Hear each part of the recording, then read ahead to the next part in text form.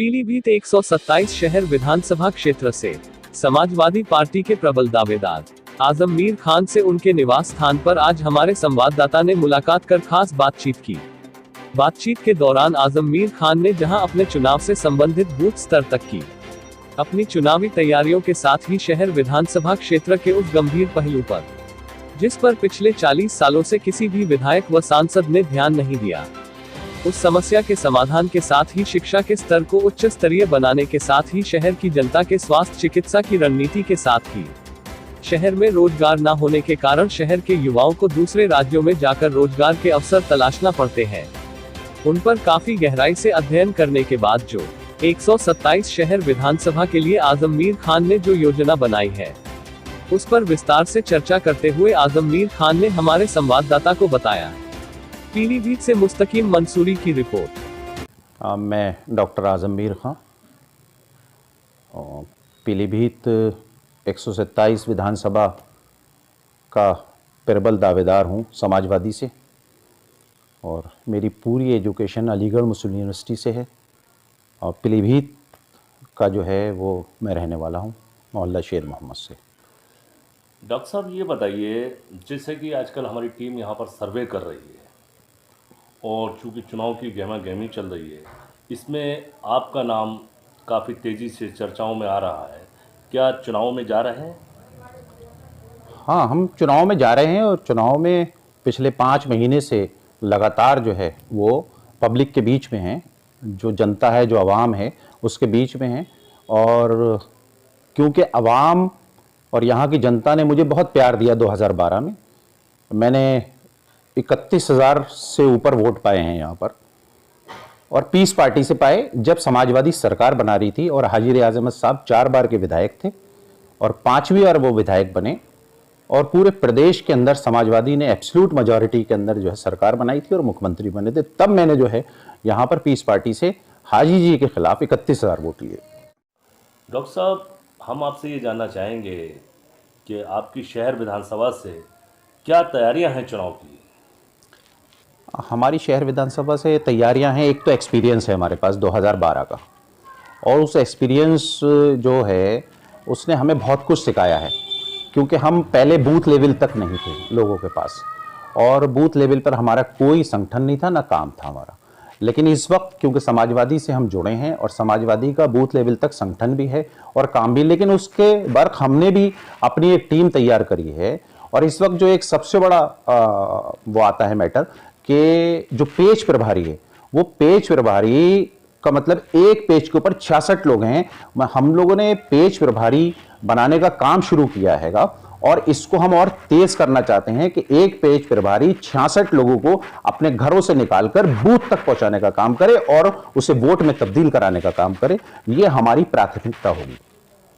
Doctor साहब, ये तो बड़ी ज़बरदस्त आपकी तैयारी है। बूथ प्रभारी, मैं समझता हूँ कि शायद इस पर किसी ने काम नहीं किया, तो हम ये जानना चाहेंगे कि अब तक कितने बूथों पर आपकी ये तैयारी हो चुकी है? देखिए, 400 से ज़्यादा बूथ हैं यहाँ पर, और हमने तकरीबन 100 से ऊपर बूथों पर ये काम अपने लोगों से, अपने सपोर्टर्स से और अपने चाहने वालों से ये काम करा लिया हैगा।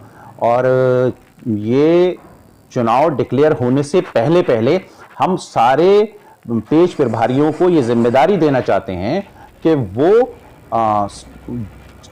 जितने भी बूथ हैं उन पर जो है पूरी तरीके से सक्रिय रहें, और ये काम हम चुनाव घोषित होने से पहले करा देंगे। डॉक्टर साहब, चुनाव की तैयारी आपकी बड़ी ज़बरदस्त है।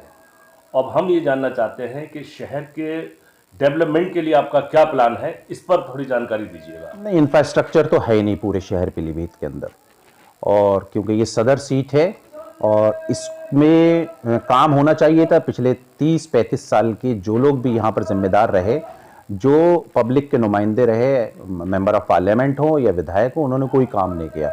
आज पीलीभीत चारों तरफ निकासी है, चारों तरफ देवा बहती है, खकरा बहती है, और मतलब बड़े बड़े जो है नाले हैं, पानी की निकासी की कोई दिक्कत नहीं, लेकिन पूरा शहर 1 घंटे की बारिश के अंदर डूब जाता है। लोग घुटनों घुटनों तक पानी से निकलते हैं।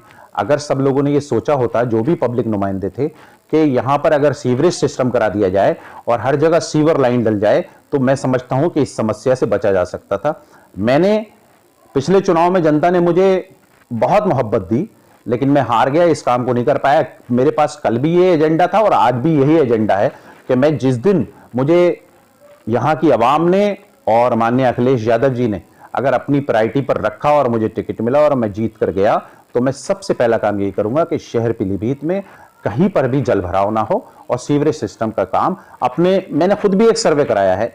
मैं क्योंकि डॉक्टर हूं और मेरी बहुत बड़ी टीम है, इंजीनियर्स की भी और उसकी भी।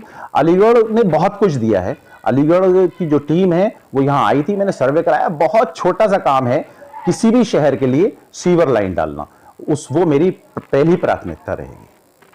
अच्छा डॉक्टर साहब, एजुकेशन के लिए आपका क्या प्लान है? देखिए, एजुकेशन तो मैं खुद तालीम याफ्ता हूँ अलीगढ़ मुस्लिम यूनिवर्सिटी से, और मैं पिछले 30 साल से सिर्फ और सिर्फ शिक्षा पे काम करता हूँ और स्वास्थ्य पर काम करता हूँ। हेल्थ और एजुकेशन मेरी प्राथमिकता है। मैंने इस शहर के बहुत से जो छात्र हैं उनको अलीगढ़ ले जाया है, मैंने उनके एडमिशन्स कराए हैं और यहाँ के बहुत मरीज मेरे पास जाते हैं। इतने मरीज जाते हैं जिसकी वजह से मैं यहाँ पर बहुत पॉपुलर हूँ और इसीलिए मैं जो हूँ जनता की पहली आवाज हूँ, मैं आवाम की पहली प्राथमिकता हूँ। आजम मीर ने बेलौस काम किया है, ये यहाँ की आवाम कहती है, मैं नहीं कह रहा हूँ। मैंने बहुत काम किया। और देखिए, किसी भी शहर को सुधारने के लिए अगर हमको शिक्षा के क्षेत्र में काम करना है और उसको अंजाम तक पहुंचाना है, तो हमको इस शहर में सबसे पहले शिक्षा का स्तर सुधारना होगा, स्वास्थ्य का स्तर सुधारना होगा। और ये यहाँ पर पूरी तरीके से कोलैप्स हैं। लोगों ने प्राइवेट कॉलेजेस बना रखे हैं। किसी भी, अब देखिए, कोई प्रोफेशनल कोर्स का यहाँ पर सरकारी वो नहीं है। कहीं यहाँ ऐसा कोई कोर्स नहीं होता जो बच्चा जॉब ओरिएंटेड कोर्स करके 6 महीने में, साल भर में जाकर नौकरी कर ले। बेरोजगारी का बुरा आलम है यहाँ पर, किसान परेशान है, किसान की कोई सुन नहीं रहा है। और जहां तक व्यापारी की बात है तो व्यापारी सुबह को जाता है, शाम को आता है।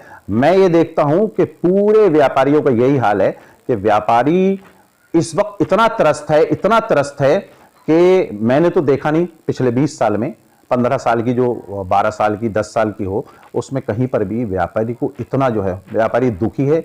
व्यापारी सुबह से शाम तक बैठकर कुछ भी नहीं करता है और खाली हाथ आ जाता है। यहाँ पर बेरोजगारी चरम पर है, और चाहे वो अपर क्लास हो या मध्यवर्गीय परिवार के लोग हों, बेरोजगारी बहुत है। इसके लिए कोई आपने खास योजना बनाई है? नहीं, देखिए, क्योंकि पीलीभीत जो है एजुकेशन से, शिक्षा से पिछड़ा हुआ है। सबसे पहली प्राथमिकता ये है कि यहाँ का जो भी गरीब तबका है या जो नहीं पढ़ सकता है, उसका क्या साधन हो पढ़ाने का। और सरकार इस तरीके से बहुत ज़्यादा एड देती है, स्कूल्स हैं उसके। लेकिन पीलीभीत में जो भी पब्लिक नुमाइंदे रहे, जो लीडर रहे या विधायक रहे या एमपी रहे, उन्होंने इसके ऊपर ध्यान नहीं दिया। इसलिए नहीं दिया कि अगर यहाँ की जनता और आवाम पढ़ लिख कर कामयाब हो जाएगी तो यहाँ के लीडर से सवाल करेगी कि इस शहर के लिए क्या किया है, यहाँ के मुस्तकबिल के लिए क्या किया है और यहाँ की शिक्षा और स्वास्थ्य के लिए क्या किया। इंडस्ट्री जीरो है। आज तक 30-35 साल में एक इंडस्ट्री नहीं बनी, और जो इंडस्ट्री थी वो बंद हो गई।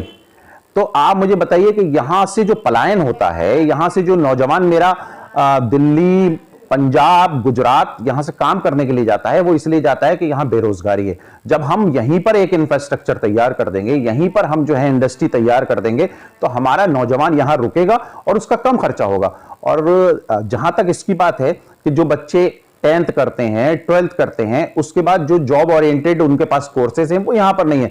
अब मेडिकल के देखिए इतने कोर्सेज हैं, DMLT है, रेडियोलॉजी है, पैथोलॉजी है, माइक्रोबायोलॉजी है, ये यहां नहीं है। ये सिर्फ और सिर्फ साल भर के कोर्स है। जो बच्चे साल भर 2-2 साल के कोर्स कर किसी की लैब में लग जाते हैं और वो अपने घर का जो है वो पालन पोषण बहुत अच्छे से कर सकते हैं। और देखिए, जब तक एजुकेशन नहीं, शिक्षा नहीं, कुछ नहीं। तो मेरी प्राथमिकता यही है कि मैं इस शहर को शिक्षित करूं, नौजवानों को शिक्षित करूं, और यहां जो लोग गरीब तबके, देखिए इतने स्कूल्स हैं, वो स्कूल्स पूरी तरीके से जो हैं, मतलब सरकारी स्कूल जो है, वहां बच्चे पढ़ते नहीं हैं, वहाँ पर वहाँ के टीचर पढ़ाते नहीं हैं। तो उसके लिए क्या करना चाहिए कि हम लोगों को इनिशिएटिव लेना चाहिए कि हम यहाँ पर, अच्छा देखिए सबसे बड़ी बात क्या है, यहाँ कोई गर्ल्स कॉलेज नहीं है जो बिल्कुल गर्ल्स कॉलेज बने। अगर हमारी बेटियां और हमारी बहनें पढ़कर निकलेंगी तो जब एक घर की बेटी पढ़ती है तो उसका मतलब समझ लीजिए उस घर के अंदर बहुत खुशहाली पैदा हो जाती है और वो उसका पढ़ना बहुत जरूरी है। तो मेरी प्राथमिकता ये होगी कि यहाँ पर जो भी प्रोफेशनल कोर्स हैं उसके लिए सरकारी प्रोफेशनल कोर्स, प्राइवेट तो बहुत लोग हैं, वहां कितने लोग पैसे देंगे, जिनके पास पैसे हैं वो दे सकते हैं, लेकिन वो गरीब बच्चा जो 12th कर कर बेकार हो जाता है उसके लिए यहाँ पर मेरी फर्स्ट प्रायोरिटी रहेगी कि मैं यहाँ पर प्रोफेशनल कोर्स के लिए सरकार से डिमांड करके यहाँ प्रोफेशनल कोर्स इंस्टीट्यूशन बनवाऊं। बहुत से कोर्स हैं और उसमें वो बच्चे लें, जैसे ITI के अंदर 85 कोर्स होते हैं।